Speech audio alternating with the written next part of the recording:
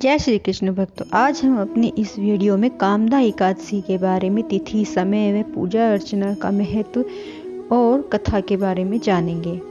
कामदा एकादशी सन 2022 में 12 अप्रैल को प्रातः 4:30 पर शुरू होगी और 13 अप्रैल प्रातः बुधवार 5:02 पर समाप्त होगी।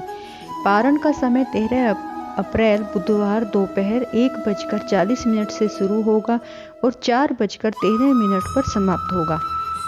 कामदा एकादशी के दिन भगवान वासुदेव का पूजन किया जाता है। इस एकादशी व्रत को भगवान विष्णु का उत्तम व्रत कहा गया है।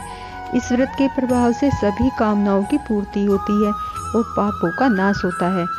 इस एकादशी व्रत के एक दिन पूर्व यानी कि दशमी को दोपहर को जौ, गेहूं, मूंग आदि का एक बार भोजन करके भगवान का स्मरण करना चाहिए। एकादशी के दिन प्रातःकाल स्नान आदि से निवृत्त होकर व्रत का संकल्प लें। भगवान विष्णु की पूजा अर्चना करें, आरती करें, दीप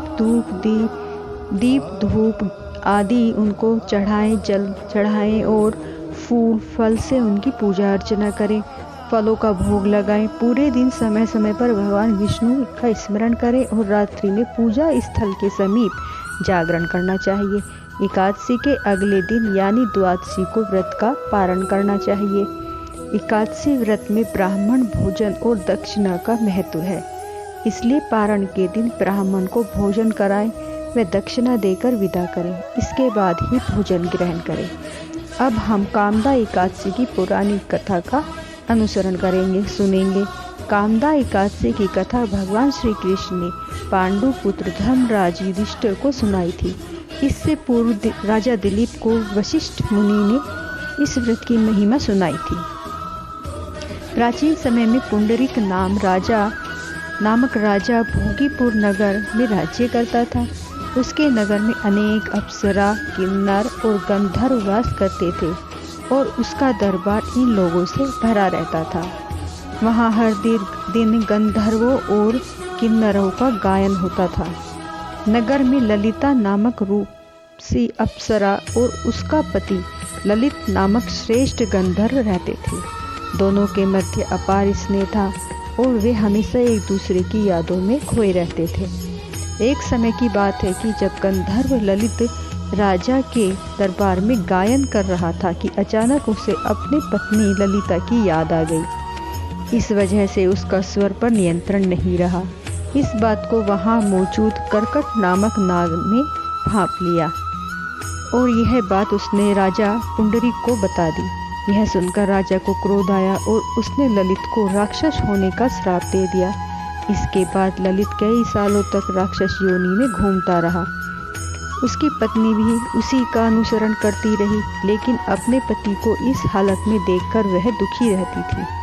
कुछ वर्ष बीत जाने के बाद भटकते भटकते ललित की पत्नी ललिता विंध्य पर्वत पर रहने वाले ऋषि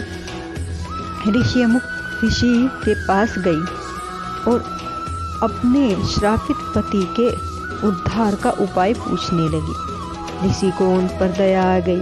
उन्होंने कामदा एकादशी व्रत करने को कहा। उनका आशीर्वाद पाकर गंधर्व पत्नी अपने स्थान पर लौट आई और उनसे श्रद्धा पूर्वक कामदा एकादशी का व्रत किया।